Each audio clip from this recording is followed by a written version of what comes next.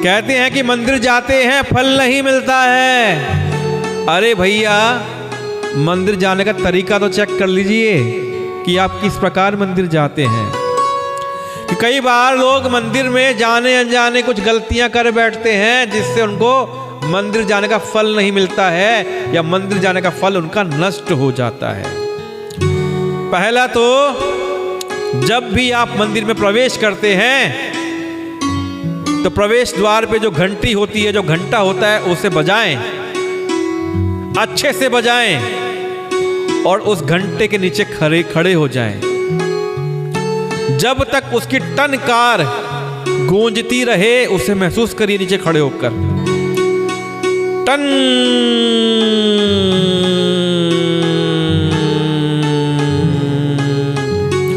जब तक टनकार को महसूस करते रहें तब तक उस घंटे के नीचे खड़े रहें। वो आपके अंदर जो टनकार है सकारात्मकता भर देगी। लेकिन मंदिर से बाहर वापस आते समय आपको वो घंटा नहीं बजाना, क्योंकि अंदर से आप पहले से ही सकारात्मकता लेके आ रहे हैं। तो वापस आते में अगर आप घंटा बजाएंगे तो वो सकारात्मकता जो लेके आ रहे हैं अंदर से, भगवान का प्रेम लेके आ रहे हैं, पुण्य लेके आ रहे हैं, वो नष्ट हो जाएगा। तो मंदिर में जाते समय तो घंटा बजाना है, वापस आते में घंटा नहीं बजाना है। और जाते में घंटा बजा के उसके नीचे जब तक टनकार समाप्त ना हो जाए तब तक वहीं खड़े रहना है। आप 4 दिन इसको करके देखिए, आप अपने दिमाग में, बुद्धि में फर्क महसूस करिए और मुझे बताइए। सीताराम। कई बार कुछ लोग मंदिर में शराब पीकर या मांसाहार खाकर चले जाते हैं। देखिए, जिस दिन आपने मांसाहार खाया हो या शराब पी हो, उस दिन आप भैया मंदिर को बाहर से हाथ जोड़ लीजिए, अंदर ना जाइए। प्रभु से क्षमा मांग लीजिए कि भैया आज नहीं आएंगे अंदर, बाहर से रहना है। अंदर जाएंगे कभी भी आपको मंदिर में मांसाहार खाने के बाद या मदिरा पान करने के बाद, शराब पीने के बाद, बियर पीने के बाद मंदिर में नहीं जाना है। यह बड़ा दोषकारक रहेगा और आप पाप के भागी बनेंगे। मंदिर में अगर आप जाते हैं और जाकर लोटे में जल अर्पित करते हैं,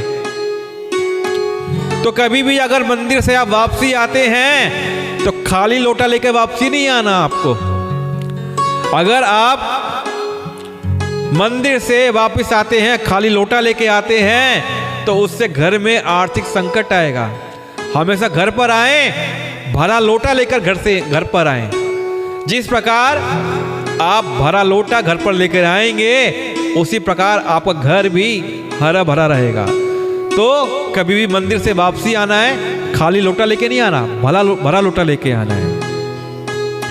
और एक काम आप बहुत करते हैं, आप भूल जाते हैं कि मंदिर में कभी भी कोई बैठकर या खड़ा होकर दर्शन कर रहा हो, भगवान से पूजा कर रहा हो, भगवान की अर्चना कर रहा हो, कभी भी उसके बीच में नहीं जाना। चल के आपको उसके पीछे से जाना है या इंतजार करना है।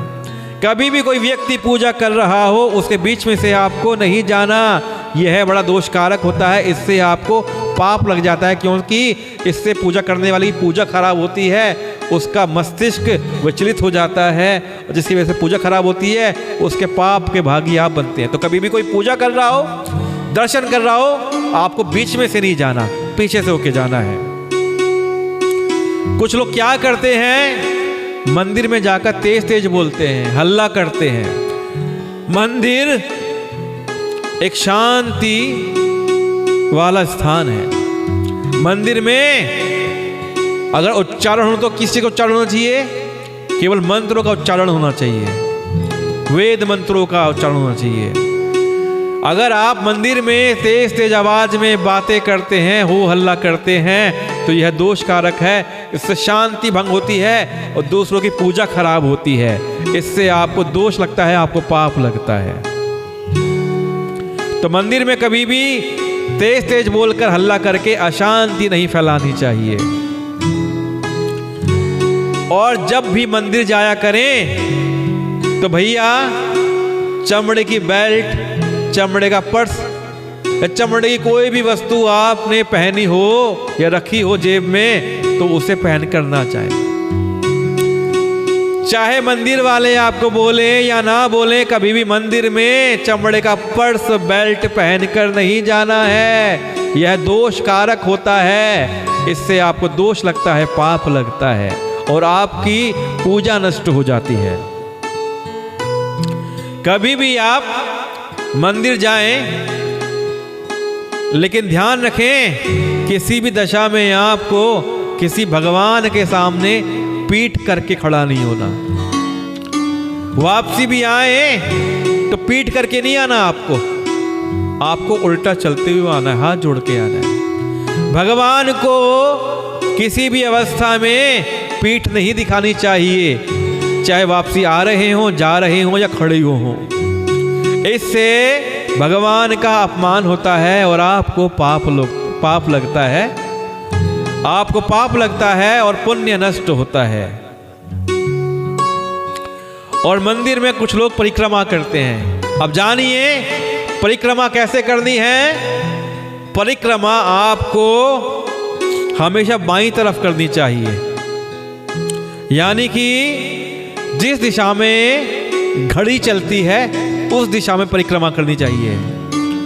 उल्टी दिशा में परिक्रमा करने से, यानी दाईं तरफ अगर आप परिक्रमा करते हैं तो उससे भैया दोष लगेगा, पाप लगेगा और मंगल नहीं है। तो हमेशा बाईं तरफ परिक्रमा करनी है, घड़ी की दिशा में परिक्रमा करनी है, उसी से आपको लाभ मिलेगा। तो भैया ये कुछ चीजें आप लोग ध्यान रखिए। मंदिर में जाते समय तो आपको लाभ मिलेगा। मंदिर में जो आप पूजा करके आ रहे हो, पूजा नष्ट नहीं होगी, आपको उस पूजा का लाभ मिलेगा, मंदिर जाने का लाभ मिलेगा।